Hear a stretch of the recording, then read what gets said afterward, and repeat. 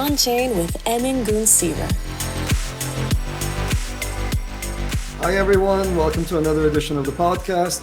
It's a great time to be talking to you about Avalanche because I just got back from a very energizing Avalanche retreat where we talked about the plans for the upcoming year. And I'm super excited about what we have in the pipeline. I got a chance to hear from everybody who's working on separate things that Avalanche itself develops, as well as people who interact with people in the Avalanche community. And there's so much going on, and there's so much in the pipeline that I left this meeting thinking that we're sitting on top of a huge explosive sort of thing that is giving me tremendous excitement. So it's been a fantastic two days, and I just got back from it, and there's so much that's going to essentially change the way we see blockchain networks, and it's really wonderful. We were always ahead of the pack with our approach to consensus. We were always ahead of the pack with our approach to how we build networks of blockchains, and we're now ahead of the pack with our approach to interoperability. And so what you will hear in the upcoming weeks, months ahead is a series of technologies and a series of partnerships, series of people using subnets who together work as an ensemble that carries out tasks. And it's a very different world. And compared to what I hear from other ecosystems, compared to what's happening on all of these chains that are singular chains, we're sitting on a very different technological growth path. And I'm really excited about it.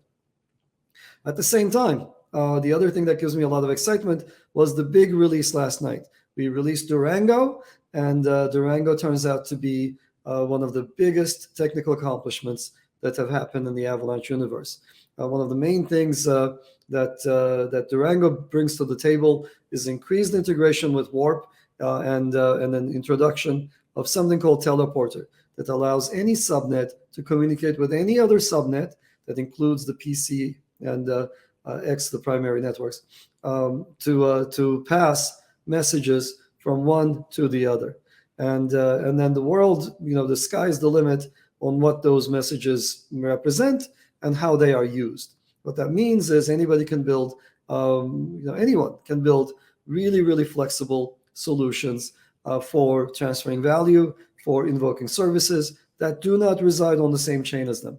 So, I like to think of this as interoperability, not interoperability, so to speak.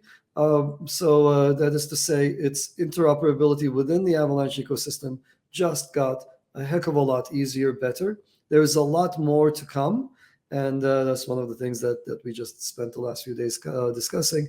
And there's a lot of exciting new features that are unlocked.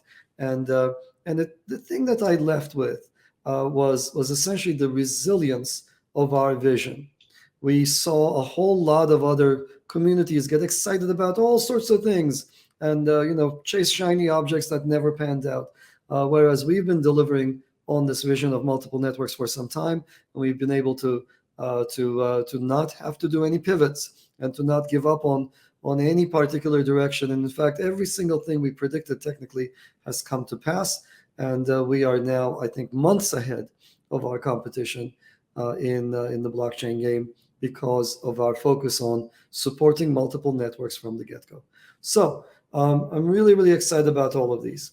Now, amidst all this, of course, are a whole bunch of other exciting things happening at the infrastructure level within Avalanche. And today, I'm hoping to do less talking than I normally do and a lot more learning by bringing on a guest who has been with us from day one and who plays a crucial role in our ecosystem because he is one of the founders of GoGoPool, which provides liquid staking services. So with that, I'd like to welcome Steven Gates. Welcome, Steven. Hi, Steven. Yes, Howdy. welcome. Welcome. Good to be here. Fantastic to have you on board. So there's a lot that we need to cover today. And I think I just want to jump in just from the get-go and start asking you a little bit about GoGoPool itself. Then I want to go back into your sort of personal background, values, etc., because that's all very important for audience members to understand where you're coming from, what's sort of on your mind, what inspired you, and so on. But I want to start somewhat technical. What inspired you to create GoGoPool, and how did it come about? How did you meet your co-founder? How did you meet Johnny? How did this come about? Yeah, love it. And thanks again for kind of hosting me and kind of going through this. I think AVAX and Avalanche Subnets is going to be the big thing that turns crypto curious teams into crypto natives. I think it's a really big thing. Most people don't, most of crypto right now, it's almost frustrating how crypto native everything is. Like new L2s are being popped up. It's a hot ball of money kind of rotating through, creates nice metrics, but it doesn't, the thing that always frustrated me is it didn't move the industry forward, right? And so then when we talk about why Avalanche, well, the goal is to help bring blockchain technology to the world. Like, okay, there's this whole unique new technology that can create very meaningful changes in everyday people's lives. So what brought me into the space is I was working on a previous startup. We're navigating a fundraise for it. And it was a content creator platform, right? We wanted to build new business models for people. And it started getting a lot of attention, especially from the larger streamers, from the larger content creators who have very large audiences. People who, when they go online, they have 100,000 views, right? 100,000 viewers watching them live streaming, play a game or whatever. And every single day they do this, right? Very large scale. And there are many of these people. So as we're starting to kind of broker these deals and start figuring out, okay, well, crap, if we could genuinely make a new business model here using this thing called blockchain technology. All right, let's go. So we approached it very infrastructure first. When we think of crypto, there's kind of blockchain and there's currency, right? We approached it very much the blockchain side at first. It's like, okay, what is this technology? How can we actually apply this to our business? How can we use this? As we started diving in through process of elimination, really Avalanche Subnets was the only thing that made sense of, okay, well, let's start small, start out permissioned, grow it, customize as we go, and then start decentralizing and make this thing its own thing as we find product market fit. Like that to us, that was the clear, like, does that make sense? That was the clear sort of path forward. But tell us about how the spark came in with GoGoPool and Johnny. Because I think there's a story there, right? There is. So I found a moment where we're thinking way too much about blockchain, and then that was the signal for me as the founder. Like, okay, this is clearly, like, I was just couldn't stop thinking about it. So for probably 3 months, going down the rabbit hole, very deep dive, and we're like, all right, what's going on here? Reading, there's not much documentation about subnets at that point. So I was like, all right, what's the Avalanche Go code say? What's the white paper say, right? It was just very foundational. Yeah, the code was the documentation for a while, right? So it was. We had like maybe 3 web pages about how to create your own network, and that was about it. Yeah, and it was the best documentation, right? I mean, in some ways, it's very precise. Yeah, it is very precise. But for us, it was perfect, right? Because that's the only way I could trust what's happening is read the code. I don't know. This is just the way we think. Like, look, show me the code. Like, what's actually happening? Are you a coder? Is that your background? Yeah, so it is. So in university, went to a small university in Northeast Ohio under computer engineering, then switched to applied math. But coding, going to hackathons, that's how I funded the last year and a half of my university, is just go to these competitions, come with a new idea, pitch it, build it, create a team. It was the best education I had, actually. Was, sorry, professor, but skipping classes and no, I totally always expected the best students to skip my class, and I never took attendance, not even once. And it's that's nice you expect the best students to just do most of the studying on their own. They just come in for the exams, and I always geared everything for them, right? That's, you want to make sure that the people who are the best at this, who don't attend the courses, are going to do well. But but Johnny, is Johnny then the business guy, or how does it work? So no, so in my startup career or whatever, doing entrepreneurship, started off as a developer, then for 3 years, kind of grinding it out. And then all of us were developers, and there was no revenue coming in.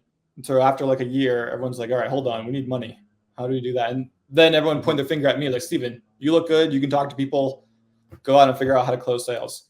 for this whatever we built. So then over the next 3.5 years was the second best education I ever had, which was just starting with cold calling. Okay, here's how I do a demo. Here's how I pitch. Here's how I find a list of people. Here's how I close deals. Here's how I negotiate. And then slowly we turned out sweet spot was enterprise sales of kind of the top 100 stocking firms in the world was the target. That's a tough life though. Now imagine this. Mm-hmm. Imagine this. That life to that market. We're growing nicely and quickly. I told you before this, but we were being paid $1,000 a month, right? But things are growing, living off of credit cards and my now fiance's bank account. And then COVID came, and then in literally a weekend, just the industry turned off. Yeah, it was fantastic. So through that whole montage, anyways, series of startups, whatever, doing the content creator, now getting to blockchain. So met Johnny because as we're diving in, I was like, all right, there are a lot of problems that need to be solved, a lot of barriers that need to be kind of lifted to make subnets usable. But what can I start with? What's a practical business model? And then that's how we landed on liquid staking, where this was first for, as Lido was starting to get big, as Rocket Pool was starting to take off, like, wait, this is the only business model I've seen in crypto that is actually pragmatic, right? It's more pure. There's no Ponzi economics around this. It's just the L1, okay, like we're distributing staking yield and making it more accessible. So on Avalanche specifically, so we started building out and modeling a liquid staking protocol. Now on Avalanche specifically, there's a unique problem. C chain is where funding is and liquidity is. P chain is where staking rewards are. So how do you safely and securely move funds from the C chain to the P chain? And that's where I ended up meeting Johnny first in the Avalanche Discord, actually, where you met in the Discord. Yeah, we met in the Discord. Yeah, that's very cool. And then you met in person at the summit. Is that right? Yeah. Well, yeah, we met in person at the summit 7 days before the summit. I was looking at the calendar, actually. 7 days before the summit, I hopped on a call with him. We were like, oh, wait, you're building this and I'm building this multi-sig, like automated multi-sig to move funds and stake and transfer funds back safely. I was like, great. Like, hey, the summit's coming up. We should probably go. And then so we scrambled for tickets. We meet up at the summit. And then at the summit, it was kind of a moment where we kind of showed each other the actual code we wrote in the laptops. And we're like, whoa, okay. We can do something here. We can build. And I was also actively starting to fundraise. I was actually starting to plant seeds, meet the VCs. It's kind of funny, but back then it was like 3AC and, FTX and Jump Crypto were kind of like the better ones. But so actively starting to meet people and trying to figure out how do I create a business out of this. Amazing. Were you at the hackathon at the first summit or no? Okay. No, I didn't go to the hackathons. For me, it was straight up. I was just going big right away. Yeah, you networked with Johnny and did the whole thing. And it's been a huge success since then. So where is GoGoPool at right now? So in terms of TVL, in terms of number of users, etc., can you give us a sort of a sense of where we are? Yeah, let's check. So for TVL, we're sitting at 33 million. And then we are responsible for about 13% of the validators in the Avalanche network. We've added in another 212, I believe, or 210 new validators are active right now, running through the GoGoPool protocol. And we're, like you said, actually earlier, this resonated, that the pipeline is bountiful at the moment, and we're feeling that as well. Like business is absolutely booming. Lots of crypto curious teams are looking to figure out how can I launch my own unique vision, right? And then subnets are a great choice for them. So we have, yeah. So now that pipeline is also bountiful. Amazing. So for people who might not know what liquid staking is, do you want to sort of give us a little bit of a primer? What is it? What are the benefits? What are mini pools? Let's introduce some of your terminology also, so people are familiar with them when they go to take a look at your website later on. Yeah, so GoGoPool is a decentralized liquid staking protocol that's built to help Avalanche subnets grow.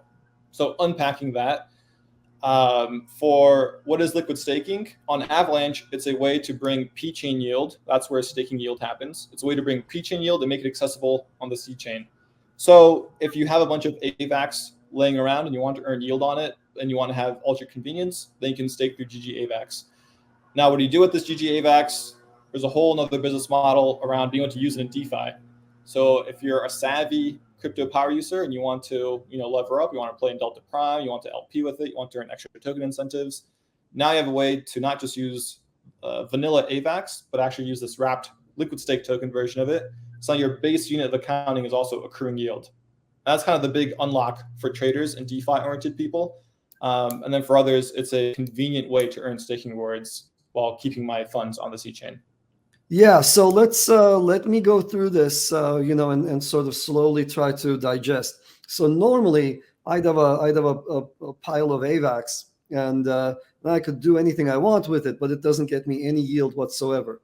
And again, normally if I stake that AVAX, then it's locked up for the staking duration. At the end of the duration, I get my yield, but during that time, there isn't a tangible thing in my hand that I can use for activities, that I can use as collateral, that I can use as collateral to borrow against, that I can put into DeFi, etc., that I can lend out.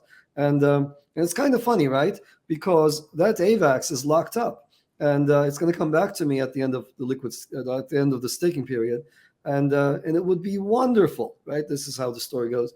It would be amazing if I could take that and use it, have a handle to it, to that value, so that I could then inject it into my DeFi ecosystem. But without liquid staking, I don't have any of those things, and so that's where you guys come in, right? If I were to, instead of staking directly myself, if I were to go through GoGoPool, then you do the staking for me, then you give me the yield at the end of the staking period. But in the meantime, I get this other token called GGAVAX that I can then use in DeFi. Did I get that right? Yeah, absolutely. So this is how liquid staking works overall. Very pragmatic business model, very large user base. It's one of the top 3 business models in crypto, right? It's like relatively the safest way can kind of like use your funds. We're taking it a step further, though. Our vision isn't really to be a DeFi protocol per se. Like, that's not our end game. Our end game is to help Avalanche subnets explode, grow, interop, etc. Right. So how we view it is we're building the LST of the future, where now the utility of this liquid stake, what do we use the underlying assets for? Well, it turns out, tell us about that. What can I do with my GGAVAX? Like, what are some of the uses, and what are some of the cases you've got in mind? Yeah, so on GGAVAX, the liquid staking token itself, the core utilities of it at the moment are DeFi oriented.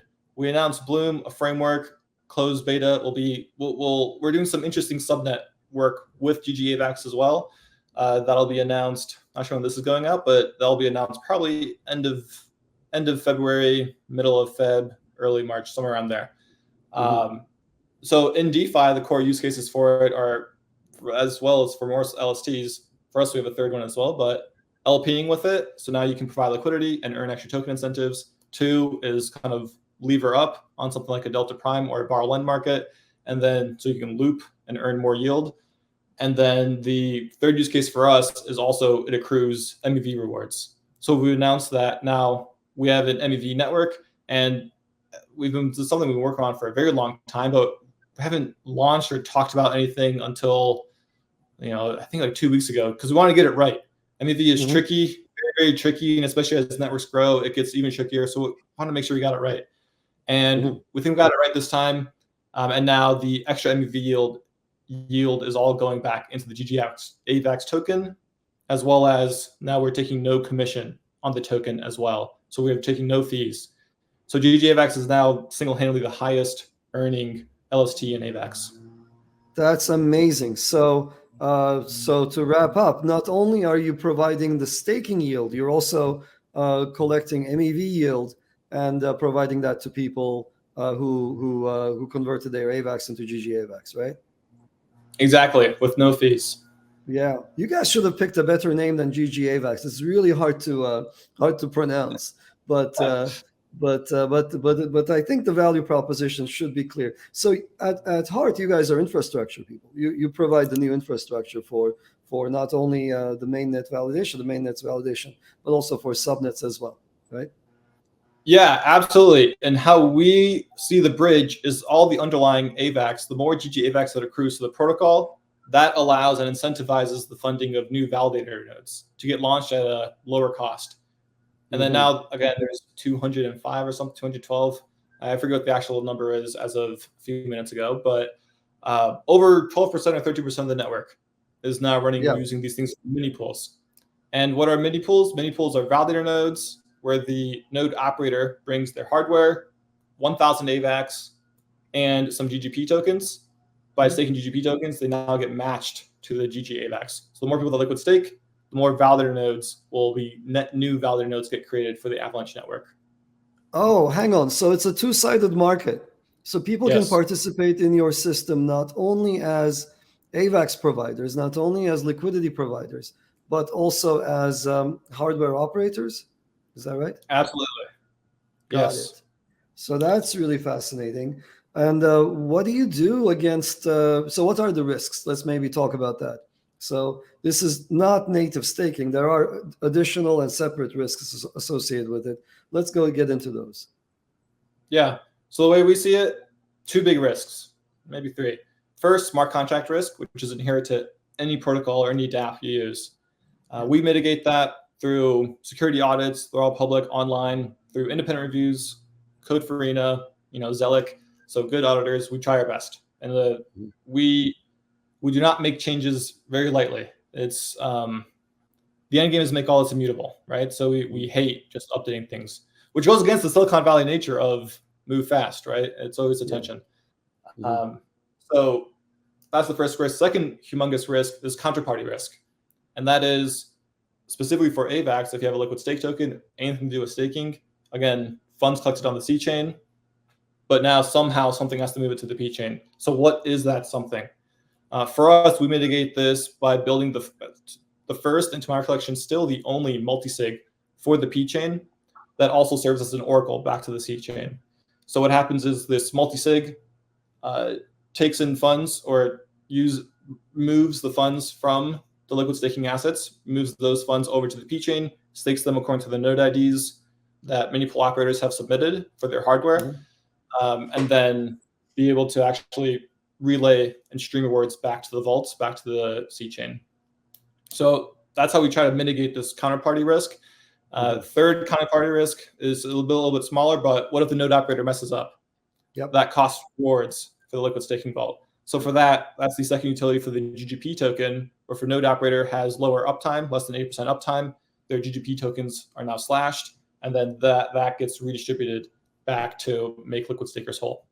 Oh, so the operators come in with a bond, right? I see. Exactly. I did mention it. So they bring in I see. So you collect their bond. The damages they inflict could be in excess of the bond as well, right? You're not guaranteed to be able to fully recover everything. So we guarantee it by making the bond amount more than 10% of what they collateralize. So you can't borrow, right? Which is for the reward amount on AVAX yield, because AVAX doesn't have principal slashing as reward slashing, right? So we just make sure we force people to collateralize at least 4 or 5% higher than what the rewards are at risk. Got it. Okay, that's cool. So let's see. Compared to delegating my AVAX, this is strictly a net win then, or no? There's still risks. Let's be careful about that. Yeah, still risks for smart contracts. So definitely do your research, etc. But on the yield side, net win. Keep everything on the C chain. Be able to use it on DeFi, so now it's liquid. Exit my stake position whenever I want, instead of needing a 14-day cooldown period to wait for a validation period. And zero fees, and you get MEV rewards, while also helping the network, right? Yeah. While helping new nodes get launched, which then eventually feed back into subnets. Which we'll talk about. How do these subnets decentralize? That's the next. Yeah, I want to get into that. So let's talk a little bit about that. It's amazing and absolutely wonderful to have infra of this kind. It helps everybody, right? And in particular, I want to delve into how you see yourselves evolving as we have more and more subnets launching on top of Avalanche. The way we see it is most subnet teams, most app chain teams, some of them are crypto native, but the market for crypto curious teams so much larger. I'm not sure what you guys see in your pipeline, but this is the trend that we're seeing. And I think there are a lot of concrete reasons for that. So for these people, the question is, they're curious, how do we make them native? how do we red pill them, right? How do we make them diamond hands? How do we choose them in culture? And it turns out, fascinating, at the org level, institutions move slowly, risk adverse. We want to make sure we use something, we control everything. We want to be permissioned at first, then grow as we understand things. Individually, as you talk to stakeholders, dude, they're as diamond hands as anyone else. Like we were talking to a subnet, turns out he runs mini pools and he's been watching AVAX for a while. And now he happens to be in a position, he's in like the Web3 innovation team for his institution, right? So now AVAX is the choice. So it's like on the individual level, people want the decentralization. This is exciting. Yeah. We are changing the world. At the institutional level, okay, slow and steady. Let's make sure we understand. Don't blow up. Don't get hacked, right? Yep. So what we see is with mini pools, really trying to form this into the perfect kind of decentralization zone for people, where you can iteratively and progressively decentralize your subnet as you learn more about crypto, right? Go from 8 nodes to 20 to 40, make your permission node or permission subnet feel elastic, but with guardrails before you go all the way to elastic. Yeah, perfect. I think a lot of people have no idea what the Avalanche ecosystem is going through. And I actually, this is one of the things that I have the most trouble with, is getting across my world, what I see every day to people who are normally not exposed to it, who are exposed to all the other stuff that's happening on these singular chain networks, right? They're like, oh, Solana is fast, is it really? I don't know. And Ethereum invented, proto, Zoroto, Croto, sharding, blah, blah, blah, some new word. And, they chase these shiny objects. And I do think that, it's obvious to me, actually, this is not a thought. It's clear to me that we're going through what I would call commoditization and what I would call productization of blockchains. People want stuff that works. They don't want all these weird, funky phrases. They are not in it for, whatever it is, for pretending that they're systems researchers. They're there to actually collect yield. They want yield opportunities. And the systems that will succeed are going to be those that expose the most to their users. And it seems to me that what you're doing is exactly this, that you're taking the staking component, which is the platform provided yield, and combining it with this MEV yield thing, which I want to hear more about, and then reflecting that back to the users in exactly the way that crypto would have us do it. So that's amazing. And also the second thing is, of course, the progression of especially the institutional users. They start out wanting to run their, I just want to be in control of everything, which is perfectly normal. And then it's like, okay, I want to open up now, but I don't know how, and I need infrastructure support. And I think that's exactly where you guys come in. And then there's it's going to be an explosion not too far from now, where suddenly we have a lot of open public networks connected to each other, communicating with each other seamlessly. And of course, I alluded to the Durango release, which makes it all super easy to have all of these guys connect to each other. But I'm really, really thrilled that we have the technology, that you provide the technology to support people on that journey. So I want to hear about your so lessons learned. What did you learn during this process? What's sort of like, what are some unique things that you picked up as a result of having built so much infra? Yeah, I suppose two things, or two perspectives. One, just as a founder, one lesson learned is like just building a great team. That in and of itself is, that's the game, right? How do I build it? For us, it's 10 people. Okay, that's a great size. I miss the days when Ava Labs was 10 people. We were getting so much stuff done. It was so much. It was just pure fun and pure adrenaline. It was like a roller coaster ride. Absolutely. So it was a great time. Oh, yeah. So what are some unique things you do? How do you make sure? How do you make sure that you have a good team? What's your trick? Dude, I don't have a trick, man. My trick is I have a lot of energy and I don't give up. And now we're 2.5 years in, right? In the first year and a half, I was learning my job, learning how to build a great team and how do I spot good operators, now we're getting a groove. Now it's like, oh shit. Yeah, this is going to be big. This is very fast. Man, I don't know. Do you have a trick? No, I don't. I don't. But I can pick Yeah. up on some of your tricks that are implicit. Oh, I'm hearing a lot of transparency. I'm feeling a lot of energy, and those are absolute must-haves. There are probably like yeah. 10 different features you got to have to be a great founder, and those two carry a lot of weight. There's a crap ton more, of course, but being a good communicator, and I can clearly tell that you guys have that in spades. So those are very important. Usually, it helps to have a unique product, and it helps to have a product that has found some fit. And if you don't have it, it's hard. You can Yeah. develop in isolation. You can't Oh really yeah. capture. Yeah. So, but you guys have that going, and Yeah. it's got to Oh, feel good to be in the early days of this big explosion of subnets of infrastructure coming on board. So that's got to draw a lot of developers to you as well. no, for sure. I actually thought of one trick that I did deploy consciously was I made sure my co-founder was much better than me and has scaled companies before, right? Like Uh-huh. to a very serious non-trivial amount. So I got very lucky, very, very lucky that we have Johnny Galt. I Yeah. use the same trick. I use the same trick. Both John Woo and Kevin Sekniki are amazing people and have a Yeah. bunch of features that I clearly lack. So the combination is actually very good for us as well. So I Yeah. want to get into your background. So you studied computer science, you mentioned, and you got into what made you get into blockchain? Was it this whole content creator work that you said, hey, I'm just going to do this, or did you get into it beforehand? I was into it beforehand, but I wasn't actively into it. So I guess I'm a little bit of a weird person, I think, when it comes to founders in crypto and whatever. Like I own 4 tokens, right? And it's probably extremely easy to guess what. Like I don't trade, I don't look for airdrops, I don't really do anything on DeFi. I never have. I've never speculated on coins. It's just not my person. Same thing with stocks. I don't speculate on stocks or any craziness like that. Like I'm a very, very simple person. What's the Same as mission? me. How do I? Yeah, Yeah, same as me. Go ahead. like let's just get at it. But in terms of kind of trends, my family has always been, specifically my father, has always been a technologist, right? So I've been Mhm. hearing about Bitcoin since the white paper, probably. Right? It was like, hey, look at this new thing. This is internet money. Isn't that cool? To me back Mhm. then, how old was I? I was young. I was like, okay, yeah, of course. Like, yeah, like I'm on the internet every day. Like, yeah, why shouldn't there be money on the internet?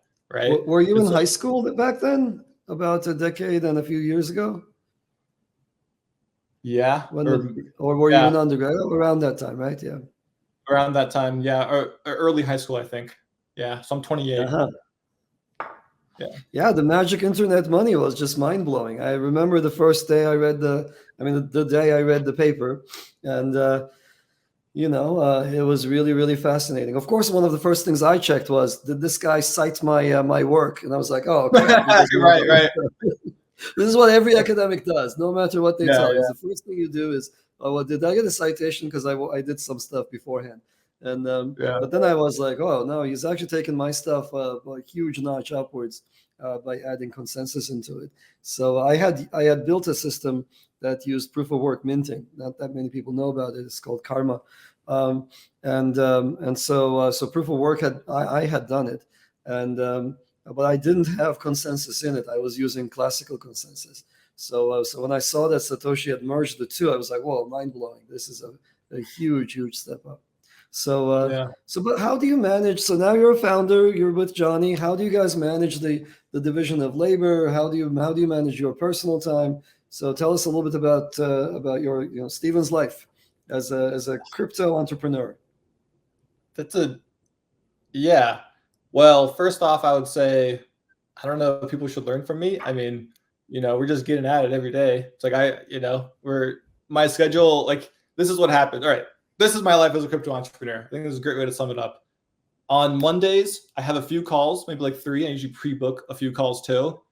And then the Tuesday through Friday through Saturday and Sunday, it's my calendar is basically empty except for some routine like engineering or design calls or whatever, and internal stuff. By Monday afternoon, Tuesday afternoon, my calendar's booked. Right? It's like just getting out there, talking to people on Telegram, like making a mess. All right, what are my key focus? Set the focus for that week, and then the rest of it, we're flying by the seats of our pants of talking to people, being at the very edge. What's the new trend? Just making sure, one, the business is being taken care of and we're operating like an actual startup, God forbid, generating revenue and finding product market fit and talking to customers. But then for me, I think I spend a lot of time as well, maybe 50% of my time, taking exploratory calls, trying to touch everything. All right, this Blast L2 is happening. Can I get on a call with the founders of Blast just to get their perspective of what's happening right now? Been working through the VC network, whatever. What about Solana? All right, meme coin season is happening on Solana. What are the core dynamics? What are the market dynamics here happening? Oh, got it. These are basically NFTs, but now it's a meme coin. There's all this other trading infrastructure they've built that nobody knows about, no one talks about. But there's so much trading infra that's been built up in Solana around trading coins, and the PMF on that is meme coins. And it's like getting to the bottom, the root fundamentals of everything, like all the wins that are happening in crypto. And just over time, after like a year and a half, two and a half years, like you build up a playbook, right? And then you take those lessons back to your own business of, okay, so here's what we can do. Here's how we can structure this. Here's this principle we can play on. That's sort of, and then how do I balance my personal time? I don't think I do sports, I guess. I try to, if I can't exercise for more than 2 days, I think I start getting a little stiff, a little antsy. It's definitely my way to kind of relieve pressure, relieve stress. Well, what sports do you do? I do tennis and jiu-jitsu right now. Oh, okay. And before the call, we were talking about your Wim Hof exercise. Is that right? You're doing Wim Hof. Yeah. So I was doing Wim Hof from the first startup. Actually, like things get gnarly, right? When you lose 80% of your revenue in a weekend, that's a different level of stress. That's suddenly all your employees. How do I make payroll? How do I live? That's just a different level. So through that's why I got very much exposed to meditation, yoga, like mental health. This is also during COVID too, and all those are hot topics anyways. So I think, that's at the foundation. So hang on, I want to put a mark here. I want to come back to it because there's a lot to discuss. And this is an area that I'm clearly not good at, which is, meditation, etc. I've tried it a bunch. The whole time I just sit there and I'm like, I just want to do it faster. so which is exactly the opposite of what you need to be doing there. But hang on, let's put a mark there. I want to talk a little bit about revenue because you did mention that you guys were running with zero commissions, right? So where does the money come from? So on outside, the way we view it is that the liquid staking protocol, that's the Trojan horse. Highest yielding way, that generates the audience, that's distribution, right? Mm-hmm. The larger the TVL is, the more partners we have, the more people we're exposed to, and specifically the more Subnet deals that we have. So where's the revenue come from? It's from the Subnet deals. It's being a SWAT team for people, building things, closing a $20,000 contract here, $50,000 here, monthly recurring contract. We're building business models off of, okay, people need to host relayers. That's going to be around for a while for AWM. Okay, is this a business line for us? People need to host validator nodes. Okay, is that a business line for us? People need to make their MEV more effective. Okay, can we deploy a product into that? So up until now, it's been mostly from services, helping out Subnets, et cetera. And now, as things are maturing, we're seeing a lot of the product plays come into the picture. Yeah, interesting. That's very, very cool. So there is a solid revenue stream. And let's see. Let's get back to where we were. Let's talk a little bit about the place where we put the marker. So the Wim Hof stuff. For those of you who are watching this, not just listening to it but watching it, Steven is actually 75 years old. It's the Wim Hof that makes him look so youthful. Is what we were discussing earlier. So how do you cope with this stress? Like there's a lot of stress in this environment, right? I guess you guys, what stress do you guys carry? You guys don't have, well, so I and everybody else in this line of work, like there's a lot of uncertainty, right? And it could just like tomorrow, some regulator comes up, says some stuff, and it feels like, by now I've actually internalized this, and by now it seems clear to me that even all of the regulators realize, all of them, even the famous one, they realize that they can't just ban this stuff. So we went over a hump. But in the early days, they could have banned it. When I was doing this, like whatever, in 2018, crypto could have been banned in the US back then. You could have gotten away with it, maybe. But at some point I realized, hey, it can no longer be locked down. But I did carry that risk for a long time, and I know that it kind of grates you down. So how do you deal with that? Is it, you were mentioning the meditation? What else was it? Wim Hof, the cold plunges help in this regard? I don't know if it's one specific thing. I think each of those are just tools, right? When you say when you meditate, it's like, dude, I wish it could just be faster, right? I think that just means you're probably like me. You like adrenaline. I've heard you like to ski, right? Like, so probably means you need a more intense meditation. But even like, frankly, skiing is a meditation too, right? When you're in the flow, you're getting into it, right? I mean, that's the same exact mechanic. So anything else to kind of reach that state or reach, I call it rinsing out the stress. That's how I cope with it. I don't try to like minimize or maximize or get rid of it. Just rinse. Just let it cycle through. So what tools do you use to either speed up that process, play with the process? What am I feeling today? Whatever. Cold plunges are one thing just because it's convenient. I'm in Texas, so the pool here is cold enough to be a cold plunge. Okay. What I'm doing, but it's anything. That's very cool. That's very cool. So so I want to flip the tables on you a little bit. There's a question that I get all the time, and every time I just kind of go like, I just kind of look at them. I try to like come up with something on the fly, and it's the hardest question, which is, how do you balance work versus personal life? It's so hard for me because I don't. I'm just like, yeah. So let's hear yours. What a stupid question. No, I'm just kidding. No, it's a great question. It is a great question. It's, for a lot of people, it's a real struggle, right? So, right. I just think it takes a bit of reframing, right? It's not so much work versus life. It's not like work has to take over your life or take away from the good parts of your life. I think vice versa. If your normal life is crap, your work is not going to be good. If your work is crap and the business is super stressful or whatever, your quality time with your significant other is not going to be good.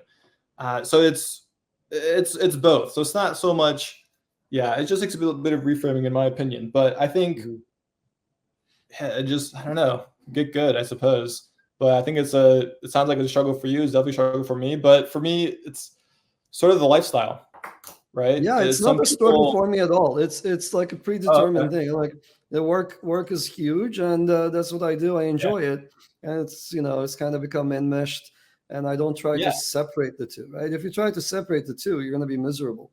So like actually, I think a fun story here is I took my first vacation since starting this whole thing. Took a vacation. It was 7 days. What ended up happening, which was maximized my vacation. Like, this was like amazing. What ended up happening was I spent the first 2 or 3 hours of every day doing the most fun, most important, most high risk, most intense calls just for work, or like looking at some docs or whatever, just because it was pure fun, right? There's an element of pure fun. And then the rest of the day I logged off, went surfing, did my stuff, drank maybe a little bit too much, just kind of like played around, and then like keep rinsing through that. And awesome. Good. Yeah. So then what are the goals and aspirations for yourself and also for GoGoPool? I want to hear those. So where do we want to be? And I don't know, when this journey is when you think you've reached the next level, where do you want to be? That's a good question. I don't spend too much time thinking about it, honestly. For me, it's quarter by quarter, year by year. So to scope it down a little bit, well, I guess my ultimate goal, make this thing a humongous success, multi-billion-dollar protocol, create a humongous exit for everybody who believed in us early, right? Like give back to the community, etc. And then roll my proceeds from that into the next thing, which is either something for space or something in blockchain, or ideally merging the two, right? Cool. It's just keep it going. That's what, because to me, that's why I do all of this. It's both pure fun, but it's also helpful to the world. And it's definitely a worthy, I chose a while ago, this is gonna be my life, so. Yeah, same here. It's like once I decide I'm in it, right? And there's no exit. It's just maybe the next level, the next sort of inflection point where you kind of rethink what you're going to do again. So that's interesting. What advice would you give to other entrepreneurs, especially entrepreneurs who want to build on Avalanche? Okay, that's a good framing. So if you want to build an Avalanche, I would say get involved as much as you can. Crypto moves a lot faster than you probably think, and especially I think on Avalanche, like tectonic plates are shifting as we're talking. You're talking about Durango. That's one of the tectonic plates, right? And you can see it bubble up, but you can absolutely any of these tectonic plates as they start settling creates a humongous market opportunity, humongous trends. So advice for new people is get involved in the Telegram group chats on Twitter. Try to get off of Twitter quickly though, so you can get to the more high value, low frequency conversations. Reach out to Ava Labs. They're usually really good at plugging people, and that's how people usually find me, is through your wonderful BD team, by the way. Excellent. Shout out to head of intros, Matt Schwenk. But yeah, my main advice would be know what your strengths are and seriously get involved. I mean, people are moving very quickly here, and everyone is looking for who's the next good partner. Who can I build with? It's very much a multiplayer game versus I think in Web 2, at least in my experiences, it's a blend between single player and multiplayer, where when we're in the recruiting staffing industry, all right, there are sharks out there. There are competitors trying to eat our lunch. We're trying to eat theirs. The market itself was more mature, way less collaborative versus I think in Web 3, especially on Avalanche, the community feel is very strong. That's really great to hear. And if I can do some meta-analysis, remember these, like, I don't know if you went to those the sort of the more liberal artsy classes in college. You should have attended those. I didn't mind. I skipped all of them. I only attended one of them maybe half the time. Anthropology. It was actually kind of interesting, but it gets there wacky. You go. No, that's exactly what I'm talking about. Okay, yeah. Well, what did you learn in Anthro? Which Anthro course did you take? What was it? Globalization. It was a focus on globalization. Oh, that's a great topic. So yeah, I skipped out on a lot of technical classes, but I attended all of my liberal arts classes, and that's I think what people should do. But if I were to apply that lens of trying to sort of read between the lines of what you said, you did not say, cozy up to this person or that person. There's in Web3, there's a lot of cults of personality, right? And you did not say, like, align with Ava Labs and blah, blah, blah. No, Ava Labs' BD team does what you mentioned for everybody.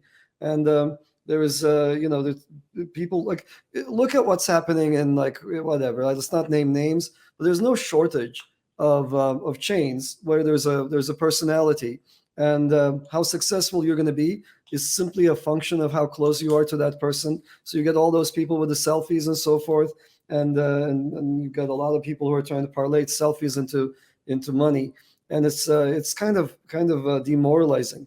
On the flip side, what you did say is build, right? Go establish yourself and start building. Everything you talked about was about doing things. And I think that's really one of the key differentiators between us and everyone else. Like, there's a lot of people actually trying to deploy stuff. There's a focus on getting the technology out. And as you mentioned, the technology is changing because there are more use cases, and we're finding out more about what people want to do. And that's why the core tech is undergoing evolution. And you look at some others. Again, I'm not going to name names, but everybody knows them. They're top 10. They're above us in terms of market cap, and not a single line of code in their core has changed, right? They're still waiting for peer review on their papers or whatnot, or they're still waiting for, I don't know what it is that they're waiting for, but for banks to adopt them or whatnot. And so compared to that, we're in a different universe, right? I think there's a good line. I guess two thoughts on that briefly. First is just as a proof point to what you picked up on. This is the first time we've talked, right? And then I feel resentful about that. No, I don't care. Like, dude, Emin's working his own job. I'm working my own job. As we need to work together, we'll work together. And I know it'll happen.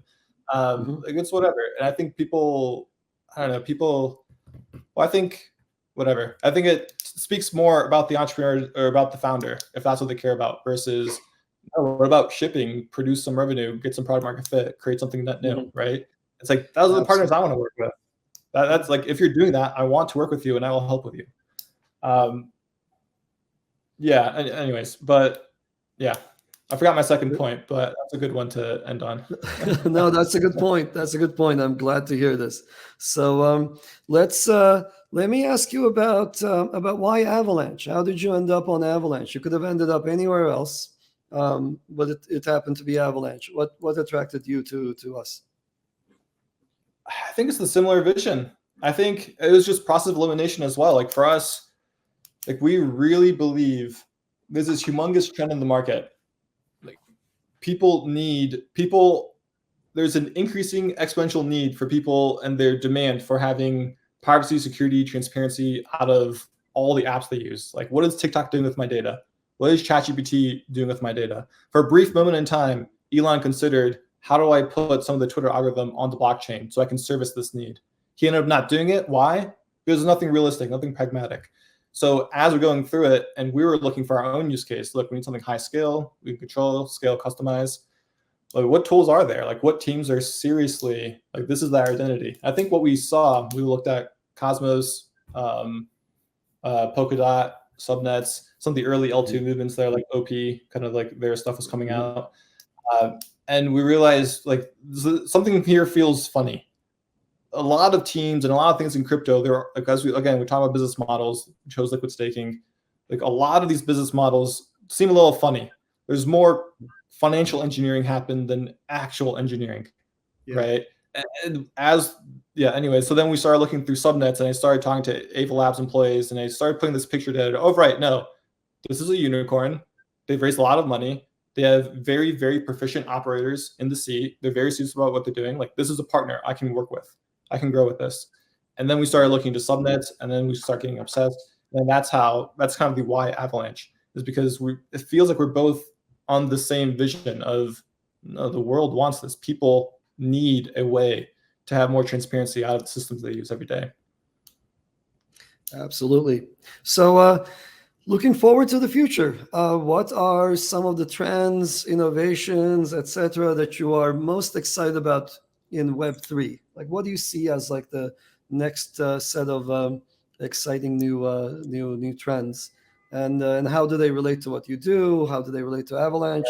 Also, for me, like, are there things that I might be missing out on that I should know about? Just what do you think is cool?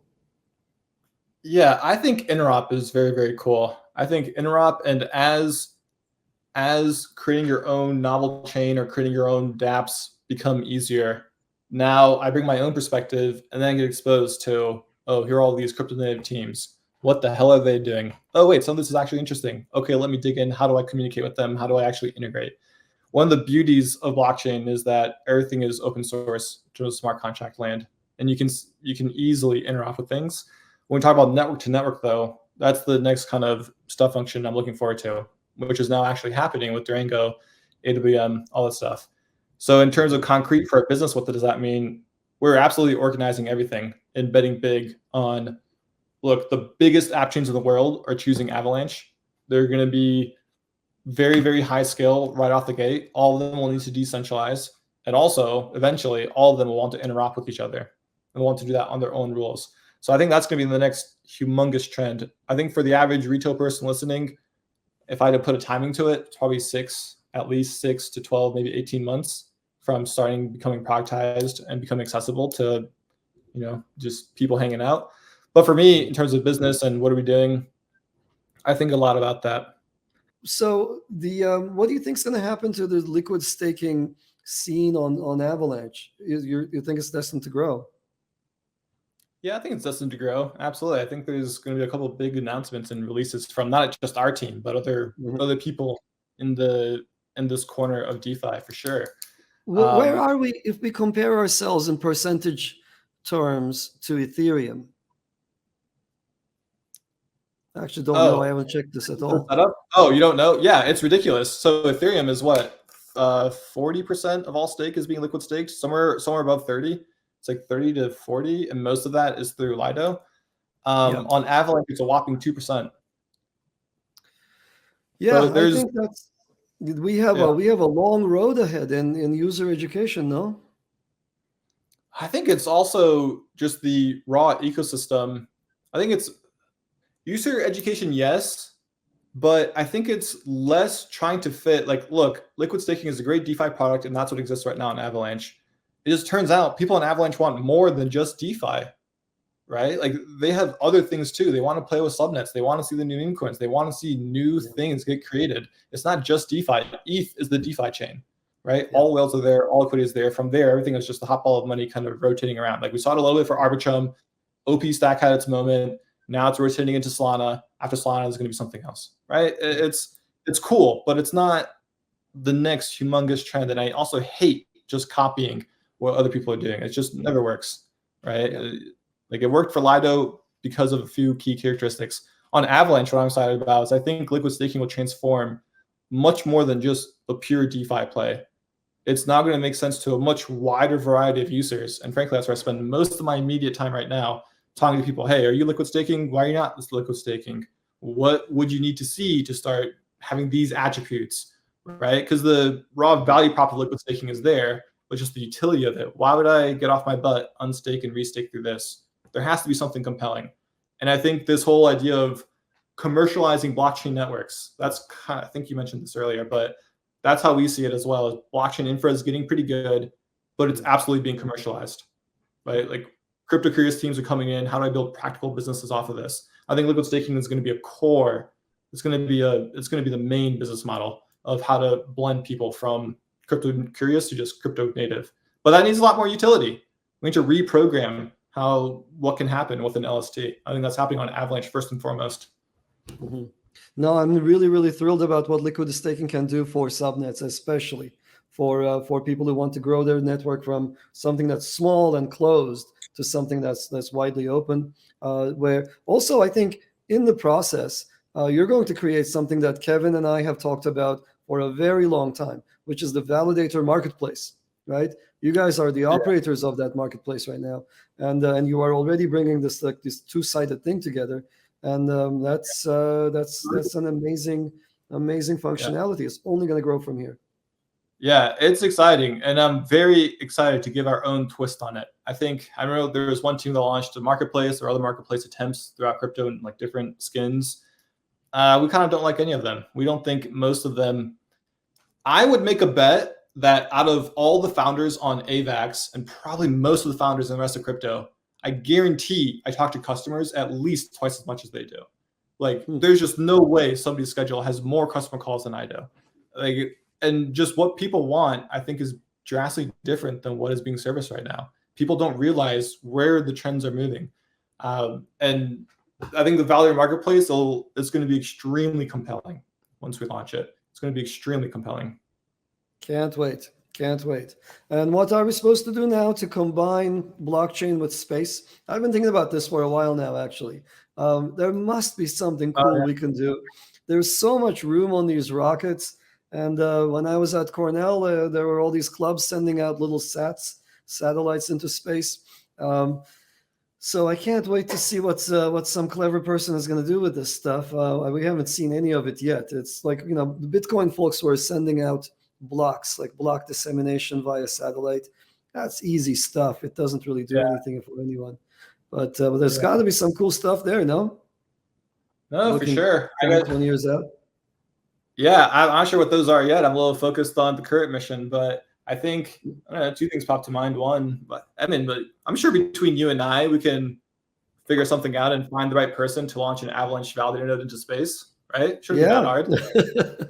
Yeah, let's. Right?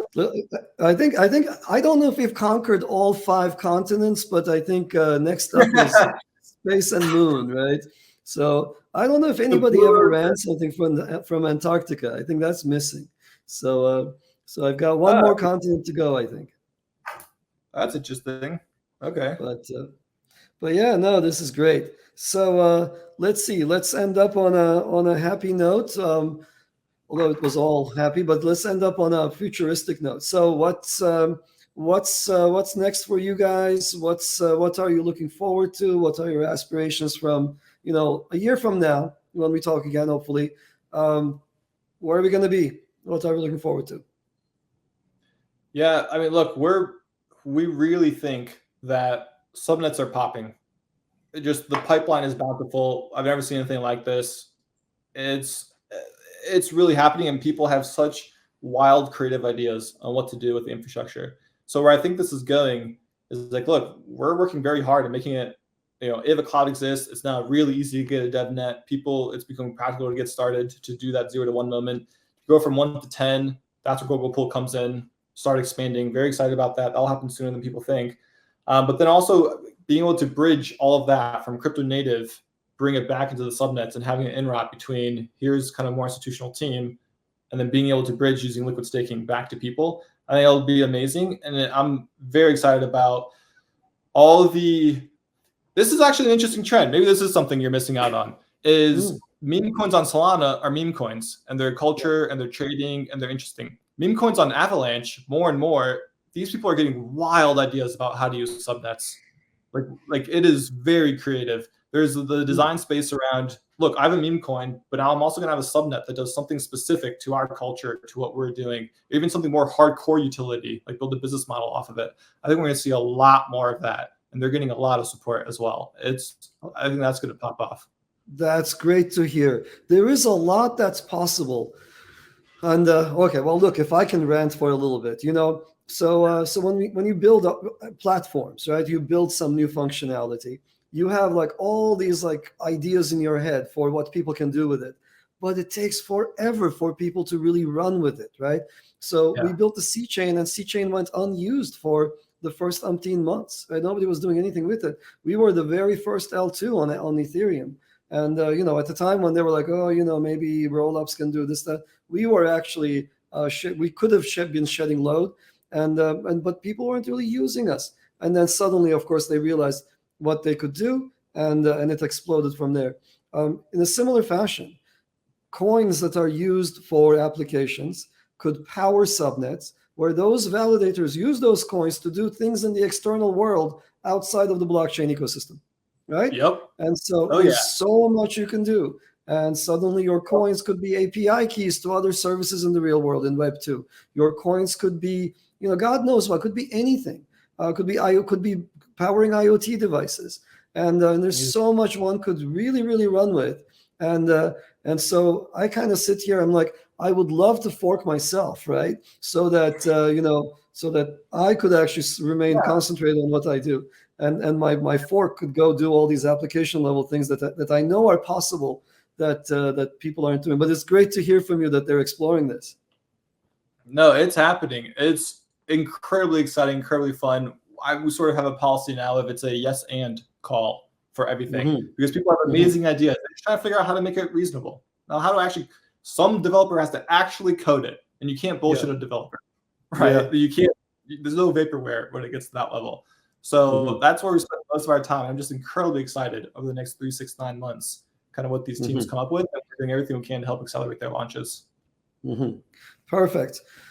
Okay, well, on that note, we're at the end of the hour. So, Steven, thank you so much for coming on the podcast. Great to get a chance to chat with you face to face. As you mentioned, this is the first time we did it. You managed to succeed so far with zero help, essentially, from me at least. But going forward, I think we together have an obligation to educate the community. I think our community tends to be a little bit more slow, right? Avalanche came into the scene maybe 8, 9 years after Bitcoin. So the community doesn't consist of the fastest moving folks, or did not, at least initially, consist of the fastest moving folks. It does consist of a bunch of tech savvy folks, and they know a good thing when they see it. And so I think it's a game now of educating them about what liquid staking can do for them. And so I look forward to tackling that with you and with your team. So, but thank you for coming on board. Thank you for educating us about what you guys do. And thank you for sharing your unique insights and vision. Absolutely. Thanks for having me, and thanks for the fun conversation. Didn't even realize it was a learn along.